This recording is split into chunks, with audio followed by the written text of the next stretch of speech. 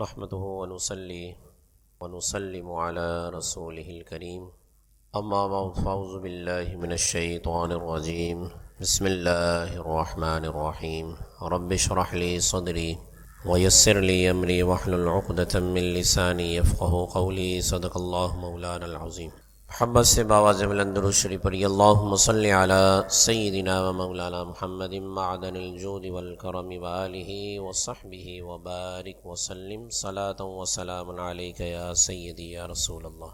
درس قرآن کی آج نشست نمبر 32 آیت نمبر 72 سورۃ البقرہ سے آج کی گفتگو کا آغاز کریں گے۔ اللہ کی بارگاہ میں دعا کرتا ہوں کہ مجھے حق بیان کرنے اور ہم تمام کو اس حق کے مطابق عمل پیرا ہونے کی توفیق عطا فرمائے۔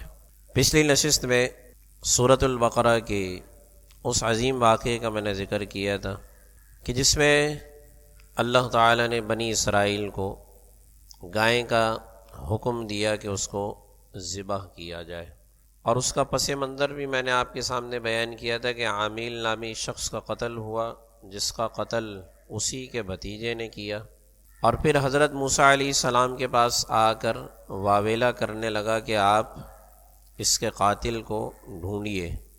تو اللہ تعالیٰ نے بنی اسرائیل والوں کو حکم دیا کہ گائیں ذبح کریں، اور اس ذبح شدہ گائے کا کوئی بھی عضو مقتول کے جسم پر ماریں تو اس سے قاتل کا معلوم ہو جائے گا۔ چنانچہ ایسے ہی کیا گیا۔ جب مقتول کے جسم پر ذبح شدہ گائے کی ہڈی کو مارا گیا تو مقتول دوبارہ زندہ ہوا، اور اس نے بتایا کہ میرا قاتل میرا ہی بھتیجا ہے۔ پھر اس سے جو مسائل نکلے ہیں وہ بھی میں نے آپ کے سامنے عرض کیے تھے بالتفصیل کہ اس واقعے میں سبق آموز باتیں کیا ہیں۔ اسی گفتگو کو ہم آگے بڑھا رہے ہیں۔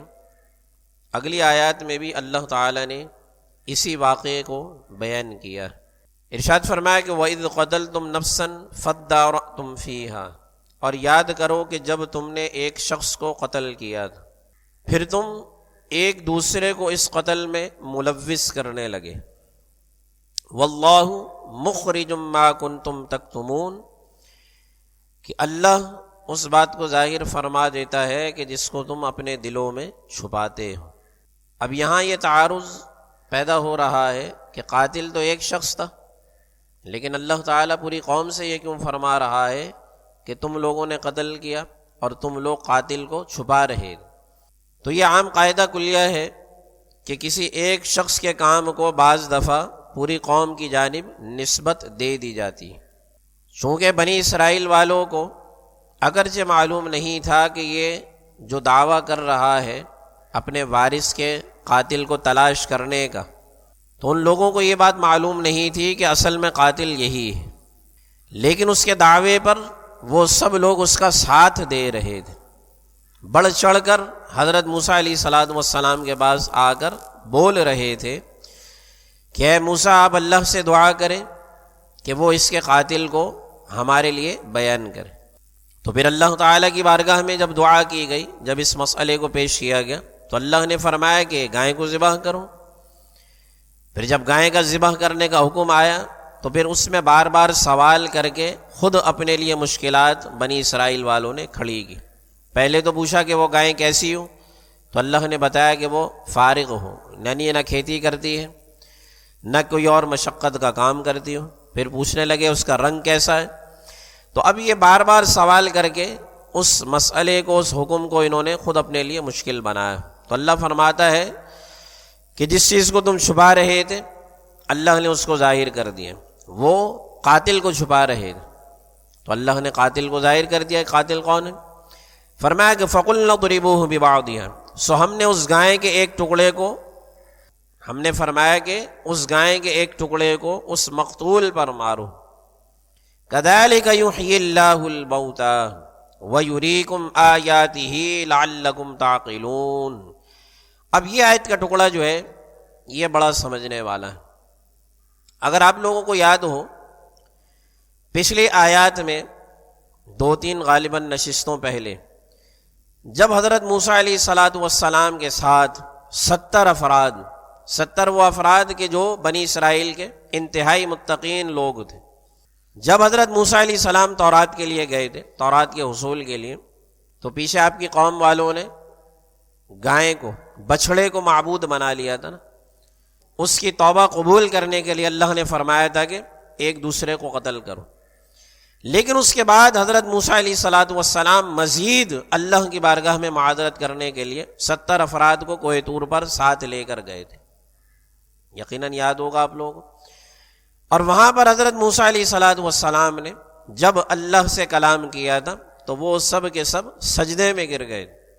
اب جب اللہ تعالیٰ سے حضرت موسیٰ علیہ السلام کلام کر رہے تھے اور اس بات کو وہ 70 افراد سن رہے تھے، تو اب ان 70 افراد نے حضرت موسیٰ علیہ الصلاۃ والسلام سے عرض کی، وَإِذْ قُلْتُمْ يَا مُوسَىٰ لَن نُّؤْمِنَ لَكَ حَتَّىٰ نَرَى اللَّهَ جَهْرَةً، کہ اے موسیٰ ہم آپ پر ہرگز ایمان نہیں لائیں گے کہ جب بالکل سامنے اللہ کی ذات کو دیکھ نہ لیں۔ تو وہاں پر تفسیر میں آپ کو یاد ہوگا تو فَأَخَذَتْكُمُ الصَّاعِقَةُ وَأَنْتُمْ تَنظُرُونَ، ایک بجلی کڑکی تھی، اس بجلی کی کڑک کی وجہ سے وہ تمام افراد کیا ہوا تھا، یاد ہے نا، وہ تمام افراد فوت ہو گئے۔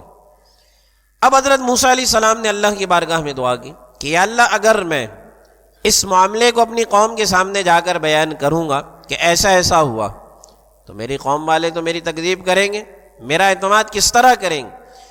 یا اللہ تو اس بات پر قادر ہے، اگر تو چاہتا تو یہاں میرے ساتھ آنے سے پہلے بھی ان کی موت ہو سکتی اور یہاں سے جانے کے بعد بھی ہو سکتی، یا اللہ تو اس بات پر قادر ہے، لیکن میں اس سچویشن میں ذرا سا تھوڑا کشمکش میں مبتلا ہو گیا ہوں کہ میں اپنی قوم کے سامنے جب بیان کروں گا تو وہ کس طرح مجھ پر اعتماد کریں گے۔ تو حضرت موسیٰ علیہ الصلاۃ والسلام کی دعا پر وہ تمام افراد کیا ہوا تھا، ان کا زندہ ہو گئے تھے نا، یاد ہے آپ لوگوں کو، یاد ہے وہ تفسیر، وہ تمام افراد دوبارہ زندہ ہو گئے۔ اب ذرا وہ آیت، وہ واقعہ ذہن میں رکھیے اور آ جائیے اس واقعے کی طرف کہ جب عامل نامی مالدار شخص قتل ہوا اور اس کو قتل کرنے والا اس کا اپنا بھتیجا تھا۔ اب جب یہ حضرت موسیٰ علیہ الصلاۃ والسلام کے پاس یہ مدعا لے کر گیا، یہ کیس لے کر گیا کہ مجھے قاتل کی تلاش کرنی ہے، خدا را مجھے قاتل کے بارے میں بتائیے، تو اب ہو تو یہ بھی سکتا تھا کہ حضرت موسیٰ علیہ الصلاۃ والسلام کی دعا پر اس مقتول کو زندہ کر دیا جاتا، جیسا کہ ان 70 افراد کو اللہ تعالی نے زندہ کیا، یہ بھی ہو سکتا تھا نا، لیکن اللہ تعالی نے اس طریقے کو جاری نہیں فرمایا، بلکہ بنی اسرائیل والوں کو ایک مشقت میں ڈالا گیا۔ وہ مشقت میں ڈالنے کی وجہ یہی تھی کہ وہ اس قاتل کا ساتھ دے رہے تھے، نمبر 1۔ نمبر 2، حق کو چھپا رہے تھے، تو اللہ تعالی نے ان پر ایک مشقت کو نازل کیا، ایک حکم کو ان کے بارے میں بیان کیا کہ تم گائے کو ذبح کرو اور اس ذبح شدہ گائے کے کسی حصے کو مقتول کے جسم پر مارو تو وہ زندہ ہو جائے گا۔ اب آسانی اس میں یہ تھی کہ کسی گائے کو بھی ذبح کر لیتے اور مقتول کے جسم پر مارتے اور وہ زندہ ہو جاتا، لیکن بنی اسرائیل والے نے اس حکم کو اپنے لیے خود مشکل بنا کر بار بار سوال کیے کہ وہ گائے کیسی ہو، اس کا رنگ کیسا ہو، اس کی عمر کیسی ہو۔ تو جب یہ تمام قیودات اللہ نے بیان کر دی تو ان کے لیے بڑا مشکل ثابت ہوا کہ وہ اس حکم کو عمل میں لے کر آئیں۔ تو اللہ فرماتا فَقُلْنَا اضْرِبُوهُ بِبَعْضِهَا، سو ہم نے ان سے کہا کہ اس گائے کے ایک ٹکڑے کو اس مقتول پر مارو۔ ایک حکمت تو میں نے آپ کے سامنے بیان کر دی، ایک حکمت یہ تھی کہ اللہ تعالیٰ نے حضرت موسیٰ علیہ السلام کو حکم نہیں دیا کہ آپ دعا کریں اور میں زندہ کروں گا، کیونکہ زندہ تو بہرحال اللہ نے ہی کرنا ہے نا۔ وہاں پر بھی دعا حضرت موسیٰ علیہ السلام نے کی تھی، لیکن زندہ تو اللہ نے ہی کیا تھا۔ یہاں پر بھی اللہ نے حضرت موسیٰ علیہ السلام کو یہ ہرگز نہیں فرمایا کہ وہ دعا کریں تاکہ مقتول کو زندہ کر دیا جائے، بنی اسرائیل والوں کو حکم دیا۔ تو ایک حکمت میں نے آپ کے سامنے عرض کر دی، دوسری حکمت اللہ تعالیٰ خود بیان فرما رہا ہے کہ کذالک یحیی اللہ الموتی، اللہ فرماتا ہے کہ ہم اسی طرح مردوں کو زندہ کریں گے۔ وہاں پر جو موجود تھے وہ صرف 70 افراد تھے جن کے ساتھ یہ واقعہ ہوا تھا، لیکن یہاں پورے بنی اسرائیل والے، پوری قوم والے موجود تھے، تو اللہ تعالیٰ نے ان پر اس بات کو ظاہر کرنے تھا کہ ہم مرنے کے بعد دوبارہ مردوں کو زندہ کس طرح کریں گے، جب دوبارہ ان کو زندہ کیا جائے گا تو کس طرح ان کو دوبارہ میری بارگاہ میں پیش کیا جائے گا۔ تو اللہ فرماتا ہے کہ وَيُرِيكُمْ آيَاتِهِ لَعَلَّكُمْ تَعْقِلُونَ، کہ وہ تم کو اپنی نشانیاں دکھاتا ہے۔ وہ کون؟ اللہ تعالیٰ۔ اللہ تعالیٰ تمہیں اپنی نشانیاں دکھاتا ہے تاکہ تم عقل سے کام لو۔ آگے فرمایا کہ ثم قست قلوبکم من بعد ذلك فہی کالحجارۃ او اشد قسوۃ۔ اس آیت مبارکہ کو سمجھنے سے پہلے ذرا یہاں پر جو حکمتیں بیان کی گئی ہیں وہ میں آپ کے سامنے دوبارہ ذکر کر دیتا ہوں۔ حالانکہ اس سے پہلی آیات میں بھی اللہ تعالی نے اس واقعے کا بالتفصیل ذکر کیا ہے۔ اب رہا یہی سوال جو میں نے آپ کے سامنے بیان کر دیا ہے کہ حضرت موسیٰ علیہ الصلاۃ والسلام کی دعا پر اس مردے کو زندہ نہیں کیا گیا، بلکہ بنی اسرائیل والوں کو حکم دیا گیا کہ وہ گائے کو ذبح کریں اور ذبح شدہ گائے کے کسی بھی حصے کو مقتول کے جسم پر مارے تو اس کے ذریعے وہ اپنے قاتل کا خود بیان کر دے گا۔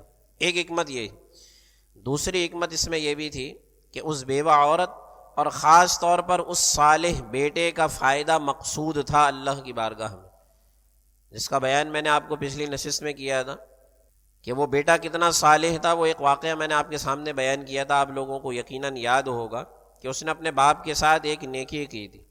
جو ایک شخص اس سے کچھ سامان خریدنے آیا تھا، لیکن اس کا باپ سو رہا تھا، آرام کر رہا تھا، تو اس نے بجائے اپنے باپ کو جگانے کے وہ مال بیچنے سے انکار کر دیا اور کہا کہ نہیں، میں اپنے والد کو نہیں جگاؤں گا جب تک وہ آرام کر رہے ہیں، میں ان کی نیند میں خلل نہیں ڈالوں گا۔ تو اس فرما برداری کے نتیجے میں اللہ تعالی نے اس کو یہ اجر و ثواب دنیا میں عطا فرمایا کہ اس کی جو گائیں تھی، اس گائے نے بچہ دیا۔ وہ بچہ وہی تھا کہ جس بچے کی ضرورت بنی اسرائیل والوں کو اس حکم کی تعمیل میں ضرورت محسوس ہوئی، اور اس نے اس کے وزن کے 10 گنا زیادہ، جتنا اس کا وزن تھا اس سے 10 گنا زیادہ اس کی قیمت وصول کی۔ تو اللہ تعالیٰ نے اس کو دنیا میں یہ بدلہ عطا فرمایا۔ اگلی آیت مبارکہ جو ہے وہ بڑی قابل غور ہے، وہ صرف بنی اسرائیل والوں کے لیے نہیں بلکہ ہمارے بارے میں بھی۔ دلوں کی 3 کیفیات اللہ تعالیٰ نے بیان کی، اور دلوں کی کیفیات کو بیان کرنے سے پہلے اللہ تعالیٰ نے پتھروں کی مثال دی۔ 3 اقسام کے پتھر اللہ تعالیٰ نے بیان کیے ہیں۔ آیت مبارکہ سنیے پہلے کہ بے شک بعض پتھروں سے دریا پھوٹ پڑتے ہیں، بے شک بعض پتھر پھٹتے ہیں تو ان سے پانی نکل آتا ہے، اور بعض پتھر اللہ کے خوف سے اونچائی سے گرتے ہیں نیچے، جن کو آپ کیا کہتے ہیں آج لینڈ سلائڈنگ بولتے ہیں نا۔ اب بظاہر ہمارے لیے تو وہ ایک خبر ہوتی کہ لینڈ سلائڈنگ ہوئی، ٹھیک ہے، لیکن اللہ فرماتا ہے کہ وہ لینڈ سلائڈنگ اللہ کے خوف کی وجہ سے ہوتی۔ اب پتھر ہمارے نزدیک بے جان چیز ہے، بے جان چیز ہے، پتھروں کا ادراک اللہ تعالیٰ بیان فرما رہا ہے، اور 3 قسمیں اللہ نے یہاں پر بیان کی۔ یہ نقطہ ابھی جو پوری بحث آئے گی بہت ہی قابل غور ہے مجھ سمیت ہر شخص کے لیے، کہ ہم اپنا موازنہ کریں ان 3 اقسام کو سامنے رکھ کر کہ ہمارا دل اس میں کس کیٹیگری میں آ رہا ہے۔ اللہ تعالیٰ نے فرمایا نا کہ پھر ان کے دل سخت ہو گئے، ثم قست قلوبکم، کہ دل ان کے سخت ہو گئے، اور دل کی سختی کو اللہ تعالیٰ نے ان 3 پتھروں سے بیان فرمایا۔ آخر میں فرمایا کہ فہی کالحجارۃ او اشد قسوۃ، یعنی ان کے دلوں کی سختی پتھر ہے یا اس سے بھی زیادہ سخت ہو گئے۔ پتھر سے بھی زیادہ اللہ تعالیٰ نے بنی اسرائیل کے دلوں کی سختی کو بیان کیا، اور پھر فرمایا کہ پتھر وہ بھی 3 قسم کے ہوتے ہیں۔ پہلے تو کون سے ہیں؟ جن سے دریا پھوٹتے ہیں، دریا جن سے نکلتے ہیں ان پتھروں سے، جیسا کہ 12 چشمے جاری ہوئے تھے۔ یہی بنی اسرائیل والے کون سے میدان میں تھے؟ میدان کا نام یاد ہے؟ چلیں یہ تو یاد ہوگا نا کہ وہ کسی میدان میں پھنسے تھے، میدان تیہ نام تھا۔ چلے نام اتنا خاص ضروری نہیں ہے، لیکن یہ ضرور آپ کے ذہن میں ہونا چاہیے کہ اس میدان میں پھنسنے کی وجہ کیا تھی۔ یہ تو عین قرآن کی تفسیر ہے اور اصل نقطہ بھی یہی ہے اس میدان میں پھنسنے کا۔ نام بھلے ذہن میں نہ ہو، نام یاد رکھنا یہ اتنا ضروری نہیں جتنا وہ پیچھے کا محرک یاد رکھنا کہ وہ اس میدان میں پھنسے کیوں تھے۔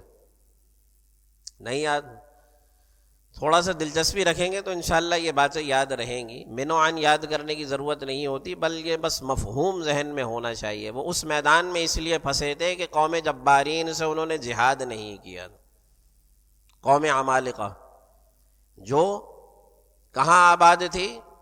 ملک شام میں، اور ملک شام ہی بنی اسرائیل کا آبائی وطن تھا۔ یہ تو حضرت یوسف علیہ السلام کے بھائیوں نے ان کو جنگل میں کنویں میں ڈال دیا تھا، اور وہاں سے وہ قافلے کے ساتھ ہوتے ہوتے مصر کے شہر چلے گئے، اور پھر وہاں سے ایک مشقت بھری زندگی گزارنے کے بعد حضرت یوسف علیہ السلام کو اللہ نے مصر کی بادشاہت عطا کی، اور پھر ان 12 بھائیوں کو بھی حضرت یوسف علیہ السلام نے اپنے پاس بلا لیا۔ یہ پوری ہسٹری تھی نا بنی اسرائیل کی، تو چونکہ وہ 12 بھائی اصل میں 12 قبیلے، اور انہی کو بنی اسرائیل کہا جاتا، وہی بنی اسرائیل، تو اب وہ وہیں آباد تھے۔ اس کے بعد کیا ہوا کہ فرعونی طاقتور ہوتے رہے، اور طاقتور ہوتے ہوتے وہ تمام بنی اسرائیل پر حاکم بن گئے، ان پر ظلم کرنے لگے، اور پھر ان کو ظلم سے نجات دینے کے لیے اللہ تعالیٰ نے حضرت موسیٰ علیہ السلام کو بھیجا۔ ٹھیک ہے، پھر ان سے نجات جب مل گئی فرعونیوں سے، تمام کے تمام سمندر میں غرق ہو گئے، تو وہاں سے پھر وہ حضرت موسیٰ علیہ السلام کے ساتھ دوبارہ ملک شام کی طرف گئے تھے، اپنے آبائی وطن کی طرف۔ تو اب چونکہ اتنا عرصہ دراز یہاں رہنے کی وجہ سے وہاں قوم عمالقہ آباد ہو گئی، تو اللہ نے فرمایا کہ جب تم اپنے شہر میں جاؤ گے تو تمہیں ان سے جہاد کرنا ہے، جہاد کرنے کے بعد جب تک تم ان پر فتح حاصل نہیں کرو گے تم اپنا شہر نہیں لے سکتے ان سے۔ تو انہوں نے کہا تھا کہ ہم تو جہاد نہیں کر سکتے، آپ اور آپ کا رب جا کر ان سے جہاد کریں، ہم تو یہیں بیٹھے ہوئے۔ تو اللہ تعالیٰ نے 40 سال ان کو وہیں بٹھائے رکھا، پھر اس میدان تیہ میں۔ تو یہ چھوٹے چھوٹے پوائنٹ آپ ذہن میں رکھا کریں، اس سے ہوتا یہ ہے کہ اکثر آیات کا بڑا گہرا تعلق ہوتا ہے پچھلی آیات سے، تو وہ نقطہ آپ کے ذہن میں ہوگا تو ایسے بالکل چٹکیوں میں اللہ کی رحمت سے وہ آیت فوراً سمجھ میں آ جاتی۔ تو اب اللہ تعالیٰ نے بنی اسرائیل کے دلوں کی سختی کو بیان کیا، تو وہاں پر اس میدان تیہ میں چونکہ پانی بھی نہیں تھا، تو وہاں اللہ تعالیٰ نے پتھر سے چشمے جاری کیے تھے، وہ 12 چشمے جاری ہوئے تھے نا، پتھر سے ہی ہوئے۔ اللہ تعالیٰ نے سائبان چھاؤں کے لیے بادل ان پر سایہ کیا۔ تیسری بڑی اہم ضرورت غذا کی، اللہ تعالیٰ نے اسی میدان تیہ میں من و سلویٰ نازل کیا تھا۔ اب یہ آپ سے کوئی سوال کر سکتا ہے نا کہ من و سلویٰ کب، کیوں، کیسے، کس مقام پر نازل ہوا تھا، تو آپ کو علم ہونا چاہیے۔ چوتھی بڑی اہم ضرورت ان کی لباس کی تھی۔ اب جیسے جیسے ان کا جسم بڑھتا، ایسی مثال آپ نے کبھی بھی نہیں سنی ہوگی، امت محمدیہ میں بھی ایسی مثال نہیں کہ بندہ بڑھ رہا ہے اور ساتھ میں لباس بھی بڑھ رہا ہے، ایسا کبھی سنا؟ لیکن میدان تیہ میں بنی اسرائیل والوں کے ساتھ اللہ تعالی نے یہ کرم کیا۔ ان پر تو عذاب تو یہ تھا کہ وہ اس میدان سے باہر نہیں نکل پاتے، روز سفر کرتے، پورا دن چلتے رہتے اس میدان سے نکلنے کے لیے، لیکن شام کو تھک ہار کر بیٹھتے نا اور کہتے کہ اب ہم اگلی صبح یہیں سے سفر کریں گے۔ جب اگلی صبح وہ اٹھتے تو اس مقام پر اپنے آپ کو پاتے جہاں سے پچھلی صبح انہوں نے سفر کا آغاز کیا۔ تو وہاں سے اللہ تعالیٰ نے پتھر سے ہی 12 چشمے جاری کی، پھر بعض اونچائی سے گرتے ہیں، بعض سے دریا پھوٹتے ہیں۔ 3 کیٹیگریز اللہ تعالیٰ نے بیان فرمائی ہے، وہ ذرا غور سے سنیے گا۔ اللہ تعالیٰ نے اثر پذیری کے اعتبار سے پتھروں کی 3 اقسام کو بیان کیا ہے۔ ایک قسم وہ ہے جس سے دریا پھوٹتے ہیں، یہ سب سے اعلیٰ قسم ہے۔ اثر پذیری، فہم و ادراک کے حوالے سے یہ پتھر کی سب سے اعلیٰ قسم ہے۔ دوسری قسم کیا ہے کہ جس سے پانی جاری ہوتا ہے، ٹھیک ہے، کم پانی جاری ہوتا ہے، دریا تو ظاہر ہے پانی کی زیادتی کا نام ہے، کم پانی جو جاری ہوتا ہے وہ قسم کے اعتبار سے دوسرے نمبر پر ہے۔ تیسرے نمبر پر یہ ہے کہ وہ خوف سے روتا نہیں۔ یہ پانی جاری ہونا اصل میں اللہ کے خوف سے رونا ہی ہے، اللہ کے خوف سے رونا ہی ہے نا پتھر کا۔ لیکن ہمارا دل کتنا سخت ہے کہ دل سے رونا تو ایک بڑی دور کی بات ہے نا، ہماری آنکھیں بھی خشک ہو گئیں۔ حضور علیہ الصلوۃ والسلام نے اسی لیے ارشاد فرمایا نا کہ اللہ کی بارگاہ میں دعا مانگو تو گڑ گڑا کر دعا مانگو، رونے ہوئے دعا مانگو۔ اور فرمایا کہ اگر رو نہیں سکتے، آنسو نہیں بہا سکتے تو کم سے کم رونے والا چہرہ ہی بنا لو۔ لیکن ہمارے اندر اتنی عاجزی بھی نہیں، ہمارے دل اتنے سخت ہو چکے ہیں۔ تیسری قسم، جو اللہ کے خوف سے روتے نہیں، دریا نہیں پھوٹتے، پانی نہیں نکلتا، لیکن بلندی سے اللہ کے خوف سے نیچے کی طرف گرتے ہیں۔ اس سے معلوم ہوتا ہے کہ پتھروں کے اندر بھی ادراک پایا جاتا ہے۔ ان آیات سے یہ بات واضح ہو جاتی ہے کہ پتھروں کے اندر بھی ادراک پایا جاتا ہے۔ قرآن کی ایک اور آیت مبارکہ اللہ نے ارشاد فرمایا کہ لو انزلنا ھذا القرآن علی جبل لرأیتہ خاشعا متصدعا من خشیۃ اللہ۔ اللہ فرماتا ہے کہ اگر ہم قرآن کو پہاڑ پر نازل کرتے تو تم ضرور اس کو جھکتا ہوا اور اللہ کے خوف سے پھٹتا ہوا دیکھتے۔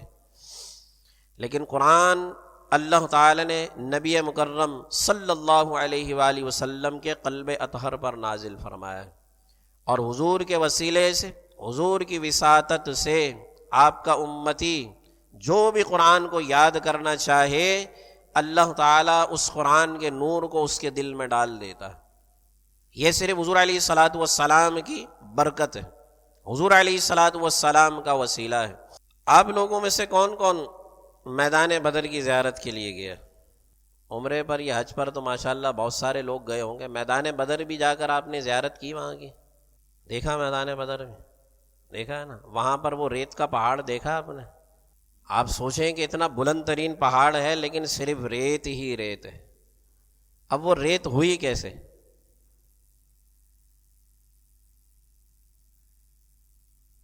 ریت ہوئی کیسے؟ ظاہر ہے جن کے ساتھ گئے ہوں گے آپ کے گروپ لیڈر، انہوں نے بتایا تو ہوگا نا آپ لوگوں کو۔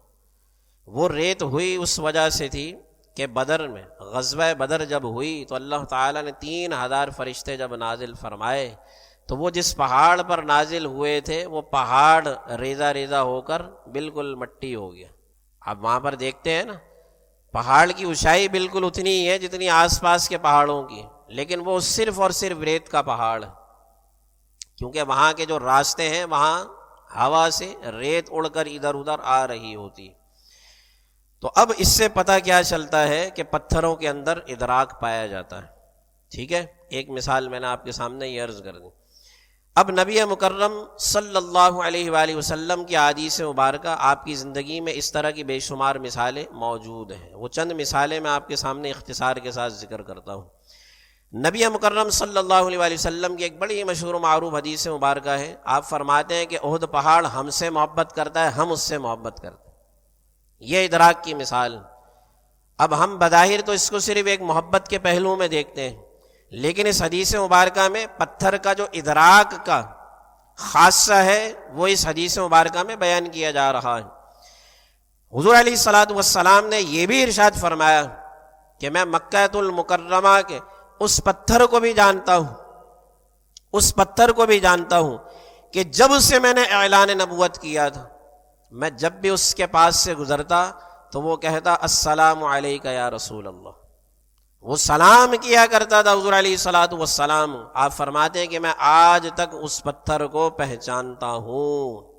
یہ تو چلے دوسرے پتھر ہیں نا، ایک جنتی پتھر، اس کی زیارت آپ نے کی ہوگی، اگر اس کو چومنے کا بھی آپ کو موقع ملا ہو تو کیا ہی بات۔ حجر اسود، نبی مکرم صلی اللہ علیہ وآلہ وسلم ارشاد فرماتے ہیں کہ اللہ قیامت کے دن حجر اسود کو اور رکن یمانی کو اس حال میں اٹھائے گا کہ ان کی 2 آنکھیں ہوں گی، زبان ہوگی، 2 ہونٹ ہوں گے، اور فرمایا کہ وہ اس حال سے، زبان، آنکھ اور ہونٹ، فرمایا کہ جس نے ان کی زیارت کی ہوگی، جس نے ان کو بوسہ دیا ہوگا، وہ اس شان کے ساتھ اللہ کی بارگاہ میں ان کے حق میں گواہی دیں گے، سفارش کریں گے اللہ کی بارگاہ میں۔ تو اس سے یہ پتھروں کا ادراک پتہ چل رہا ہے۔ نبی مکرم صلی اللہ علیہ وآلہ وسلم کی مثال، آپ چونکہ امام الانبیاء ہیں، آپ امام الانبیاء ہونے کے ساتھ ساتھ چونکہ آپ رحمت للعالمین، تمام عالمین کے لیے اللہ تعالی نے آپ کو رحمت بنا کر بھیجا ہے، آپ صرف پتھروں کا ادراک ہی نہیں جانتے بلکہ جانوروں کے اندر بھی آپ کے متعلق جو ادراک پایا جاتا تھا وہ آپ سمجھیے کہ نبی مکرم صلی اللہ علیہ وآلہ وسلم جانوروں کی زبان بھی سمجھتے، جانور ان سے کلام کیا کر، جانور ان سے کلام کیا کر۔ ایک مثال تو میں آپ کو ایسی دوں کہ درختوں کی اگر تھوڑی بہت آپ کو جانکاری ہو تو بعض درخت ایسے ہوتے ہیں کہ اگر ان کو اوپر سے ٹہنیوں کو کاٹا جائے، پتوں کو کاٹا جائے، شاخوں کو کاٹا جائے تو وہ دوبارہ گرو کرتے ہیں نا گرو۔ لیکن کھجور کا درخت ایسا درخت ہے کہ اگر اس کو اوپر سے آپ کاٹ دیں ختم۔ کھجور کے درخت کو آپ اوپر سے کاٹ دیں وہ بالکل بے جان ہو جاتا۔ اب اللہ نے یہ خاصیت اس میں کیوں رکھی ہے یہ اللہ ہی بہتر جانتا ہے۔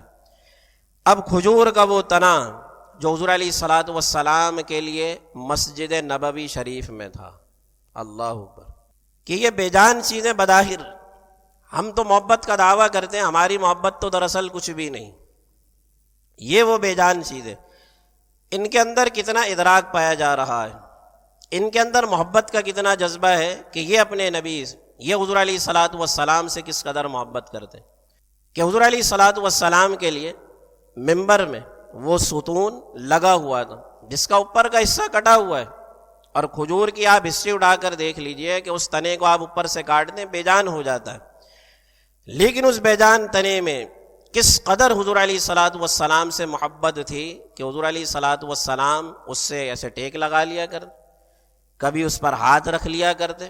لیکن جب مسلمان کثرت سے لوگ دار اسلام میں داخل ہونے لگے اور مسجد نبوی شریف میں نمازیوں کا رش ہونے لگا تو ایک صحابی نے حضور علیہ الصلوۃ والسلام کے لیے لکڑی کا ممبر تیار کروایا جو اسی طرح کا تھا، ایسے بیٹھنے والا۔ اب جب ممبر لایا گیا تو حضور علیہ الصلوۃ والسلام کے لیے جب وہ رکھا گیا تو وہ ستون وہاں سے ہٹا لیا گیا، وہ کھجور کا ستون وہ بیچ میں تھا اور ممبر اس طرح رکھا گیا۔ اب جب حضور علیہ الصلوۃ والسلام ایک موقع پر حجرہ عائشہ سے نکلتے اور آہستہ آہستہ چل کر حضور علیہ الصلوۃ والسلام جب اس ممبر پر تشریف فرما ہوئے تو صحابہ کرام کہتے ہیں کہ ایک جانب سے رونے کی آوازیں آ رہی ہیں، اللہ اکبر، ایک جانب سے رونے کی آواز آ رہی۔ صحابہ کرام کہتے ہیں کہ ہم پہلے تو غور کرتے رہے یہ آواز آ کہاں سے رہی، لیکن پھر ہم نے غور کیا کہ وہ اس کھجور کے ستون سے آواز آ رہی تھی جو حضور علیہ الصلوۃ والسلام سے کس قدر محبت کرتا تھا۔ وہ اس جدائی کو برداشت نہ کر سکا کہ جب حضور علیہ الصلوۃ والسلام واعظ و نصیحت فرماتے تو ان کا جسم میرے ساتھ مس ہو جایا کرتا، مجھ سے لگا ہوا ہوتا، وہ اس جدائی کو برداشت نہ کر سکا اور بلک بلک کر رونے لگا۔ صحابہ کرام اس روایت کو بیان کرتے ہوئے کہتے ہیں کہ پورے مسجد نبوی کی حالت یہ تھی کہ اس آواز کو سن کر ہر شخص ہی رو رہا تھا۔ ایک تو ہوتا ہے نا کہ عام رونا، کہتے ہیں بالکل بچے کی طرح سسکیاں لے کر وہ ستون سے رونے کی آواز آ رہی، اور حضور علیہ الصلوۃ والسلام اس ممبر سے اٹھے اور محبت سے اس کو گلے لگا، اللہ اکبر۔ اس ستون کو حضور علیہ الصلوۃ والسلام نے ایسے محبت سے گلے لگا لیا، اور پھر حضور علیہ الصلوۃ والسلام نے پوچھا اس ستون سے کہ اگر تو چاہے تو تو دوبارہ ہرا بھرا ہو جائے۔ علماء نے بیان کیا کہ کھجور کا ستون درخت آپ اوپر سے کاٹ دیں تو وہ کبھی ہرا بھرا نہیں ہو سکتا، آپ کتنے ہی کیمیکلز آپ اس میں ڈالتے رہیں، لیکن حضور نے ارشاد فرمایا کہ اگر تو چاہے تو تو دوبارہ اسی طرح ہرا بھرا ہو جائے اور لوگ تیرے پھل سے فیض یاب ہوں، اور ایسا پھل تجھ پر لگے کہ قیامت تک تیرا پھل ختم نہیں ہوگا۔ ایک آپشن تیرے لیے یہ دوسرا آپشن یہ ہے کہ اگر تو چاہے تو جنت میں میرے ساتھ رہے۔ تو کھجور کے درخت نے کہا یا رسول اللہ صلی اللہ علیہ وسلم کہ میں جنت میں آپ کی رفاقت چاہتا ہوں۔ وہ ستون کا درخت بھی ہم سے زیادہ سمجھدار تھا۔ ہم تو دنیا مانگتے اور دنیا کے طلبگار رہتے، لیکن اصل محبت کا پہلو ہم سمجھ نہیں پاتے کہ محبت رسول ہم سے تقاضا کیا کر رہی، محبت رسول کیا چاہتی ہے کہ ہم اطاعت رسول میں کیسے ہونے چاہیے۔ ہم یہ تو کہتے ہیں کہ ہمیں کیا پسند ہے، لیکن یہ نہیں سوچتے کہ جن سے ہم محبت کر رہے ہیں ان کو کیا پسند تھا، ان کو کیا ناپسند ہے جو ہم کر رہے ہیں لیکن ان کو پسند نہیں، لیکن ہم ان کاموں کو، ان چیزوں کو حاصل کرنے میں لگے ہی ہوئے ہیں۔ تو جانور، درخت، یہ سب حضور علیہ الصلاۃ والسلام سے بالکل اسی طرح محبت کرتے۔ ان کے اندر فہم و ادراک کی خاصیت، کیفیت اتنی زیادہ ہے تو آپ سوچیں کہ انسان کے اندر پھر کتنی ہوگی، کیونکہ انسان اللہ کی تخلیق کا شاہکار ہے، اشرف المخلوقات ہے۔ اللہ نے فہم و ادراک سب سے زیادہ انسان کو عطا کیا ہے، لیکن ہم چونکہ استعمال نہیں کرتے، آج ہمارا حال یہی ہے۔ مثالیں تو میں نے اور بھی دینی ہیں، لیکن دو حدیث مبارکہ مختصراً آپ سن لیجئے۔ عبداللہ ابن عمر رضی اللہ عنہما بیان کرتے ہیں کہ ہم رسول اکرم صلی اللہ علیہ وآلہ وسلم کے ساتھ ایک سفر میں، سامنے سے ایک اعرابی آ رہا، جب وہ قریب آیا تو نبی مکرم صلی اللہ علیہ وآلہ وسلم نے پوچھا کہ کہاں جا رہے ہو؟ کہا کہ اپنے گھر والوں کی طرف جا رہا ہوں۔ حضور علیہ السلام نے پوچھا کہ کیا تم کوئی خیر کی بات سیکھنا چاہو گے؟ کہا کہ بتائیے وہ خیر کیا ہے؟ آپ نے فرمایا کہ خیر یہ ہے کہ تم یہ گواہی دو کہ اللہ کے سوا کوئی معبود نہیں، وہ وحدہ لا شریک ہے، اور میں محمد صلی اللہ علیہ وآلہ وسلم اللہ کا بندہ اور رسول ہوں۔ تو اب وہ اعرابی جو تھا کہنے لگا کہ آپ کی اس بات پر کوئی گواہ ہے؟ اب ظاہر حضور علیہ الصلاۃ والسلام کے ساتھ جو افراد موجود تھے سفر میں جو تھے، جیسے عبداللہ ابن عمر بیان کرتے، تو اس اعرابی نے ان کی طرف اشارہ نہ کیا، بلکہ اس سے ہٹ کر پوچھا کہ آپ کی اس بات پر کوئی گواہ ہے؟ تو حضور نے ارشاد فرمایا کہ وہ درخت میری اس بات پر گواہ ہے۔ کسی درخت کی طرف اشارہ کیا، فرمایا کہ وہ درخت جو وادی کے کنارے پر ہے، وہ درخت میری اس بات پر گواہ ہے۔ اس کو بڑی حیرت ہوئی کہ یہ تو بے جان چیز ہے، یہ آپ کی گواہی کس طرح دے سکتی ہے؟ تو حضور علیہ الصلاۃ والسلام نے کہا کہ جاؤ اس کے بعد اور جا کر کہو کہ تمہیں محمد الرسول اللہ صلی اللہ علیہ وآلہ وسلم بلا رہے۔ چنانچہ وہ اعرابی گیا اور اس درخت کو جا کر حضور علیہ الصلاۃ والسلام کا پیغام دیا اور کہا کہ وہ نبی مکرم صلی اللہ علیہ وآلہ وسلم جو سامنے بیٹھے ہیں وہ تمہیں بلا رہے ہیں۔ وہ جڑوں سے ہلا اور جڑیں اس نے نکالی اور حضور علیہ الصلاۃ والسلام کے پاس آیا اور آ کر کہا کہ السلام علیک ایھا النبی۔ اس نے گواہی دی۔ جب اعرابی نے یہ واقعہ دیکھا تو فوراً ایمان لے کر آ گیا اور کہا کہ میں اپنی قوم کے پاس جاتا ہوں، اگر میری قوم نے بھی میری بات مان لی تو میں ان کو بھی لے کر آپ کی بارگاہ میں حاضر ہوں گا۔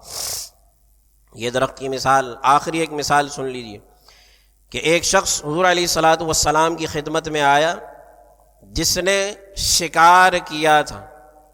اب شکار آپ جانتے ہی ہیں کہ مردہ ہوتا ہے، گوہ ایک جانور کا نام ہے، اس کو اس نے شکار کیا ہوا۔ اب نبی مکرم صلی اللہ علیہ وآلہ وسلم کے پاس آ کر معاذ اللہ کہنے لگا، بکواس اور گستاخی والے الفاظ کہنے لگا کہ اے محمد صلی اللہ علیہ وآلہ وسلم کہ میں نے تم سے بڑھ کر کوئی جھوٹا شخص نہیں دیکھا، معاذ اللہ، اور میرے نزدیک تم بڑے ہی مبغوض ہو۔ اگر مجھے اپنی قوم کا خیال نہ ہوتا تو میں آپ کو یہیں قتل کر دیتا۔ وہ شکاری جو ابھی ابھی شکار کر کے لے کر آئے، گوہ اس نے شکار کی ہے، اور حضور علیہ الصلاۃ والسلام کے سامنے یہ بکواس کر رہا ہے کہ آپ میرے نزدیک سب سے بڑے جھوٹے، معاذ اللہ، برے ہیں سب سے زیادہ، مجھے اپنی قوم کا خیال نہ ہوتا تو میں ابھی اسی وقت آپ کو قتل کر دیتا۔ اب اس بات پر سن کر سیدنا عمر فاروق رضی اللہ عنہ اٹھنے لگے اور کہا کہ یا رسول اللہ صلی اللہ علیہ وسلم کہ آپ ابھی حکم ارشاد فرمائے تو میں ابھی اس کی گردن اڑا دوں۔ حضور علیہ الصلاۃ والسلام نے ارشاد فرمایا کہ نہیں، بیٹھ جاؤ، نبی حلم والا ہوتا ہے، نبی بردبار ہوتا ہے۔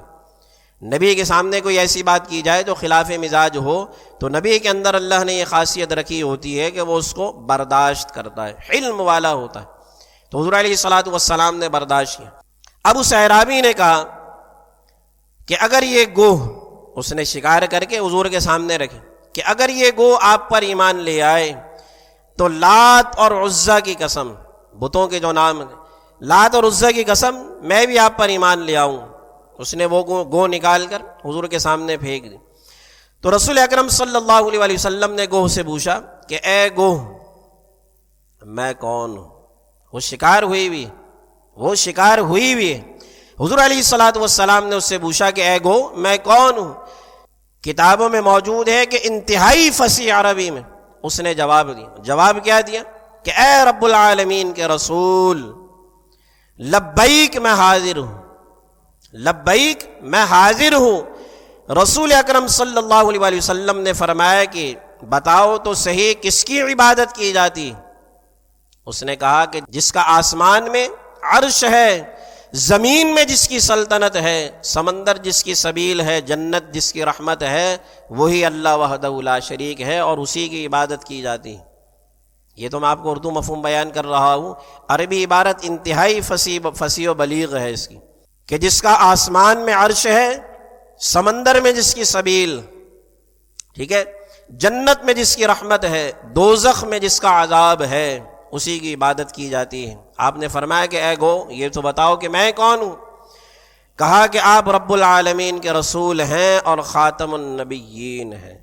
اللہ رب العالمین کے رسول اور آپ خاتم النبیین ہیں۔ دو چیزوں کی تصدیق کی، ایک تو آپ کے رسول ہونے کا ذکر کیا اور آپ کی ختم نبوت کا بھی ذکر کیا، کیونکہ عقیدہ ہے ختم نبوت جب تک نہ ہو ایمان مکمل نہیں ہوتا، کیونکہ حضور علیہ السلام کو فقط آپ نبی یا رسول مانے تو ایمان مکمل نہیں جب تک خاتم النبیین آپ کو نہ مانا جائے۔ اب آپ نے پوچھا، بلکہ گوہ نے کہا کہ آپ رب العالمین کے رسول اور خاتم النبیین ہیں، جس نے آپ کی تصدیق کی وہ کامیاب ہوا اور جس نے آپ کی تکذیب کی وہ ناکام ہوا۔ اب جب اس اعرابی نے یہ دیکھا تو فوراً کلمہ پڑھ کر ایمان لے آیا کہ یا رسول اللہ صلی اللہ علیہ وسلم، میں گواہی دیتا ہوں کہ آپ اللہ کے برحق رسول ہیں۔ تھوڑی دیر پہلے میرے نزدیک آپ سے زیادہ کوئی جھوٹا شخص نہیں تھا معاذ اللہ، لیکن اب میری کیفیت یہ ہے کہ میرے نزدیک آپ سے زیادہ سچا شخص کوئی نہیں ہے۔ اس آیت مبارکہ سے جو بات ہمیں سمجھ میں آتی ہے کہ جانور، پتھر، درخت، دنیا کی تمام چیزیں، یعنی ہمارے نزدیک دنیا میں سب سے زیادہ بے جان چیز کیا ہے؟ پتھر ہے تو اور بہت ساری چیزیں، لیکن ہم اکثر کسی کی بے حسی کو اگر ہم نے بیان کرنا ہو تو ہم پتھر سے کہتے ہیں نا یہ بڑا پتھر دل شخص ہے۔ اب پتھر بھی کیسے ہیں کہ ان کے اندر بھی ادراک پایا جاتا ہے، تو ہم اپنا موازنہ کریں، اپنے آپ پر غور کریں کہ ہمارے دل کہیں پتھروں سے بھی زیادہ سخت تو نہیں ہو گئے۔ بنی اسرائیل والوں کو اللہ تعالیٰ نے یہی بات بیان فرمائی، تو ان باتوں کو ہم اپنی زندگی میں امپلیمنٹ کریں، اپنے دل کے اندر نرمی رکھیں اور دوسروں کا احساس کریں، اور محبت رسول کا جو دعویٰ ہم کرتے ہیں تو ہمیں ان جانوروں اور درختوں کی مثالیں سن کر اپنے آپ پر غور کرنا چاہیے کہ ہم دعویٰ تو کرتے ہیں محبت کا، لیکن اطاعت ہمارے کردار میں اس طرح نہیں ہے۔ اللہ کریم کی بارگاہ میں دعا ہے ایمان کی سلامتی کے ساتھ اعمال صالحہ کی توفیق عطا فرمائے۔ وآخر دعوانا ان الحمد للہ رب العالمین۔